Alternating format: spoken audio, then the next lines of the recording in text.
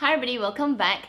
Today I want to do an update on my stop shopping journey. That video was filmed around December last year, and even when I did that video, I already started it in around November. So I'm in a good 6 months of my journey, and let me just say, if you've been following me for the entire journey, I have a wagon that has a lot of holes. It's cracking and creaking and it's just tumbling, I'm falling out of it multiple times. But in this 6 months, I have learned a few things, and I have also struggled, like really struggled. And I want to share that with you because if any of you are trying this no shopping or stop shopping or less shopping or or even like a minimalist lifestyle, it's not easy. Okay, it is not easy to stay on that boat or on that train, just trying to be that person that doesn't shop, that's a minimalist. It is difficult, especially if you like shopping. Like, I love shopping. I love seeing new things, trying new things, buying new things, owning new things. I love possessions and I'm not shy about it. So today's video, I want to give you an update on things I have learned, good things that I've learned from this shopping journey. And then I want to share with you the struggles that I've gone through in this no shopping journey. So I think both of this might give you some insight if you're considering this kind of challenge for yourself. When I started this journey, I had a few things I wanted to achieve. Firstly, there's a big goal that I want to achieve this year, and we have done it earlier on already. I'll probably tell you guys that in another video when I'm a little bit more ready. And the second thing is I just want to feel that extreme enjoyment of buying things. I miss that feeling of buying something after I've waited for a long time for it, really thought through and put my hard-earned money into it before buying, and then you just get like, oh my gosh, I am over the moon happy. I miss that feeling. So that was something that I wanted to really get from this year. The other thing is I also want to stop wasting stuff. Like, I have so much stuff. I'm trying to use up my makeup. Obviously that's really difficult, but at least I want to try and use it. Even if I can't finish it, at least I've really dug my makeup brushes in it, really tried to finish up my skincare. And it's difficult, especially for people like, for me, I love trying new things. I love trying new skincare, and every day you see skincare just thrown into your face. It's difficult, okay? Because I just love it, okay? So yeah, that's another objective of mine for this year. So things that I've learned in this few months, one of it, I've learned that having this mindset of stop shopping really made me stop for a minute, really made me take a step back every time I'm gonna pull out my credit card, every time I'm gonna buy something. It's like in between of feeling guilty and feeling a little bit more mindful. I walk into Sephora, for example, and I'm like looking at all this makeup, and my mind just goes like, you know what, why don't I'll just buy it, like a little devil sitting right here, it's alright, just one lipstick. and as I pick up that lipstick and I try it, there's this guilty part. I'm like, my angel sitting here is like, oh, this guilty part, like, Kat, you're supposed to be stop shopping, you're not supposed to be buying anything, remember your promise, only if it's a permanent item, 6 months. And at that point I feel a little bit guilty. I'm like, actually I have a lot of colors like that. And it's a thought that if I didn't have this stop shopping mentality, I kind of suppress that thought. I'm like, yeah, I don't mind another nude color, I don't mind another red color. But being guilty, feeling that guilt, like, actually you have a lot of nudes.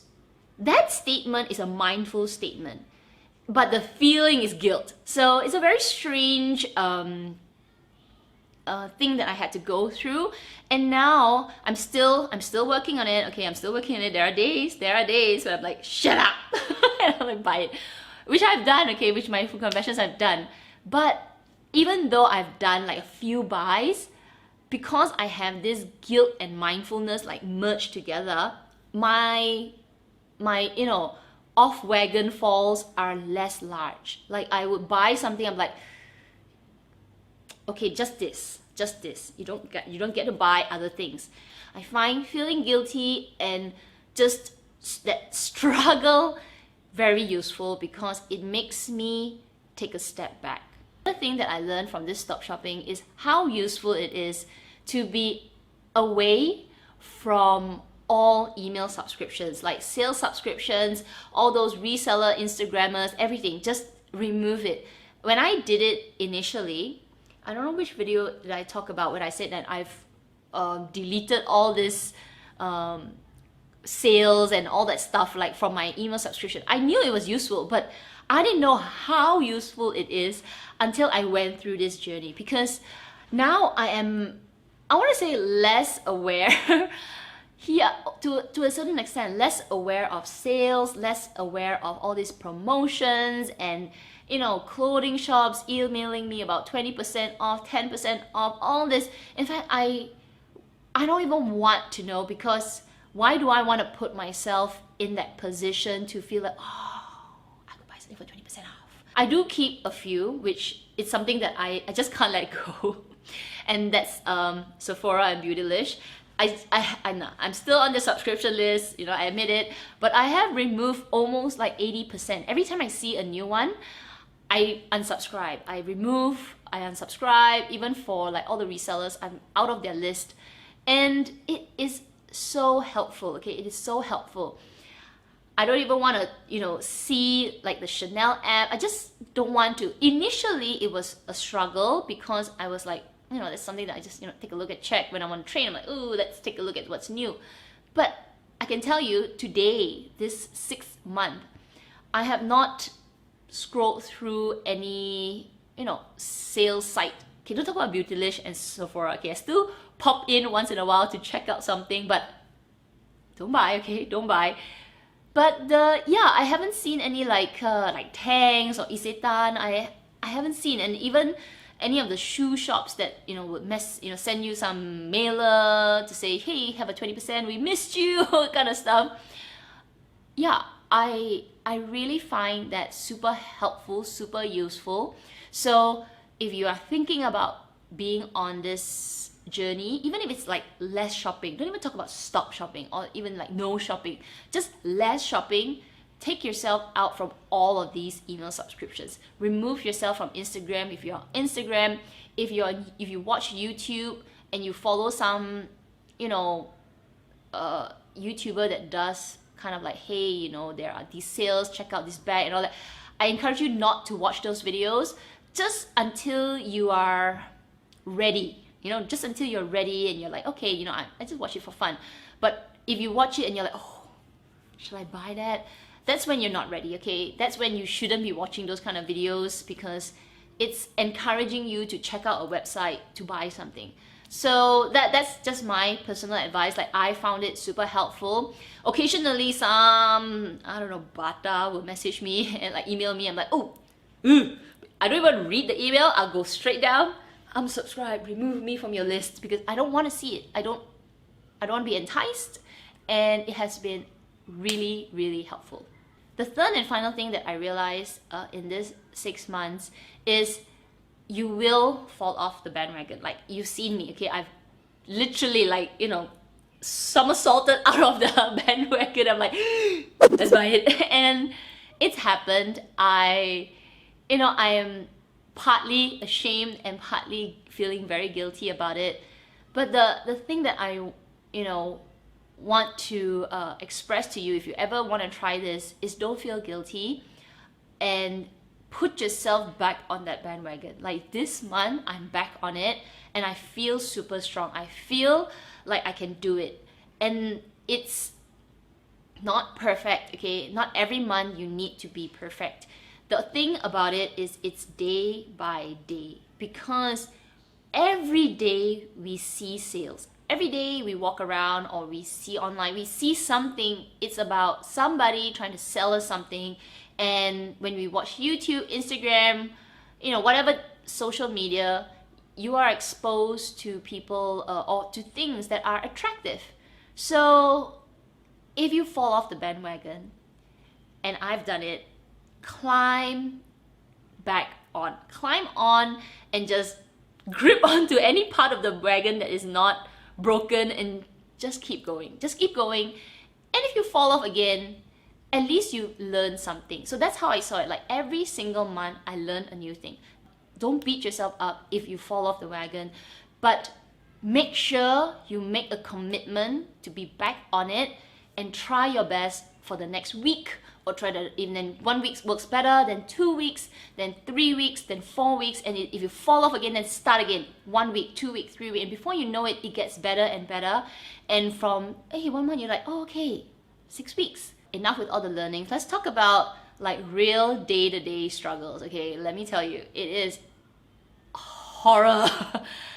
I love, checking out Sephora, Beautylish, and I love watching hauls. I love watching YouTube. It is seriously a mind because I want to buy something, I want to try something new, and with all the various collections that come out each season, it is quite painful. It's like painful to the gut. So which is probably why I have somersaulted out of the bandwagon multiple times. I've just like, okay, forget it because I need this. It is struggle to a certain extent. I feel very deprived. I feel like, why am I doing this to myself? Why am I struggling? I can afford it. Why am I putting myself in this jail? And I try to think back whether the reasons, I want to do it still apply. And they do. See, the thing is they do apply. I want to be more, mindful with my shopping so that I have less waste. I really want to get that shopping feeling back again. And yes, I have achieved that main goal, but that wasn't the only thing. Like I have a few more to do, like 2 more. So it is an ongoing journey for me. So it still applies, and I didn't expect myself to feel so deprived. Like initially, okay, right now I feel a little bit better because I'm starting to dig out my stuff and look at the things that I have, enjoy the things that I have, but I seriously feel so left out. I feel so like, oh, I want to have this thing, I want to try this, I want to do this, I want to go here and buy this, and I just feel like, bleh. It's something that I have to do, okay, I know. So there's like the cat who's very logical, practical, and there's the cat, the brat, who is like, I feel so deprived, I'm like, I want to do this, shut up. So this cat is struggling, okay. This one, she's whining, I'm talking like a third person, but she's whining, she's feeling sad, she's feeling lonely, she's feeling like she can't go out, and it's hard, okay. That's the dark side of doing a stop shopping or a low buy. If you're like me, I love going out to the malls. I love shopping. I love walking around, looking at things, and if I like something, I'll just buy it. Right now, I fear going to the malls. I literally force myself to just, go to the mall, whether it's to the gym, for lunch, and then I'm like, okay, let's go. I'm like, let's get out of here, because I know myself. If I stay too long in the mall, when I start wandering around, looking at, oh, maybe I need a new pair of work shoes, and I'll go into the zone. So it sucks, okay, it sucks. I think what makes it worse is because me and my husband, we don't have kids, all right? We don't have kids, we don't have pets to distract us. We're only me and him, okay?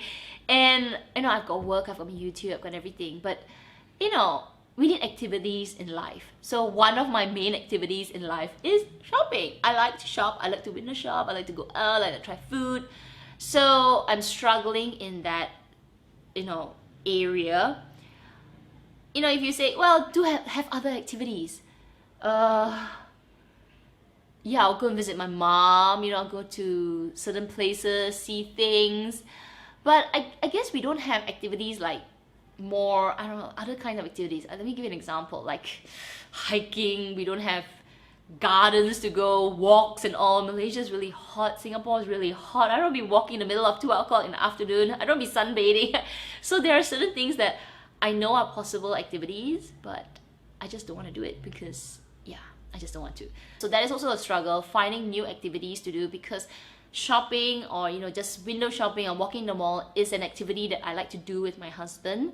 Not to shop in general, but we just like to, I like to say, hey, let's go on Tama, let's go, Mid-Valley, just walk around, just do something. Even if it's to hang out for a couple of hours and enjoy the aircon, it's nice. But now I try not to go. I try not to put myself in the position of a mall and, be around things that might entice me. The other struggle that I'm going through is a little bit strange, but I don't know, maybe you won't relate to this, is watching unboxings. I love to watch unboxings, but now when I watch unboxings, I can't be 100% happy. I don't feel jealous, that's for sure, I don't. But I feel really sad for myself. It's a very strange feeling when I watch, let's say, I don't know, Jerusha unboxed her, I don't know, pearl handbag or something, or watch Carice from her other bags. I feel happy for them, but I just feel sad for myself as well. It's a very strange, why am I feeling sad for myself? I feel like I want to buy something.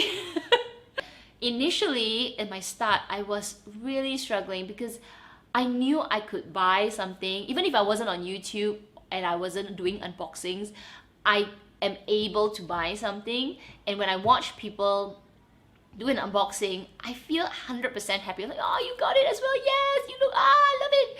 But now it's like, yes, you got it. I'm like, but I can't even consider.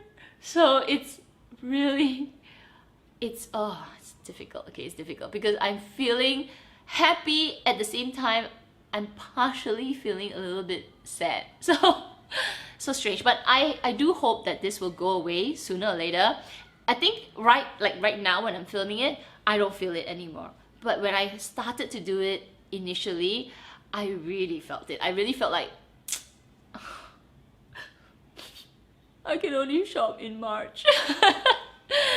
And it was like so stupid, okay? But yeah, it's such a it was a struggle. Okay, now I feel much better. I feel like I am getting better at watching people spend their money and me not spending my money. So I don't know, I'm seeing it in a different light right now. That's my update for my no shopping journey. Will I continue this? Yes, definitely. I think I have learned a lot of things from reducing my shopping.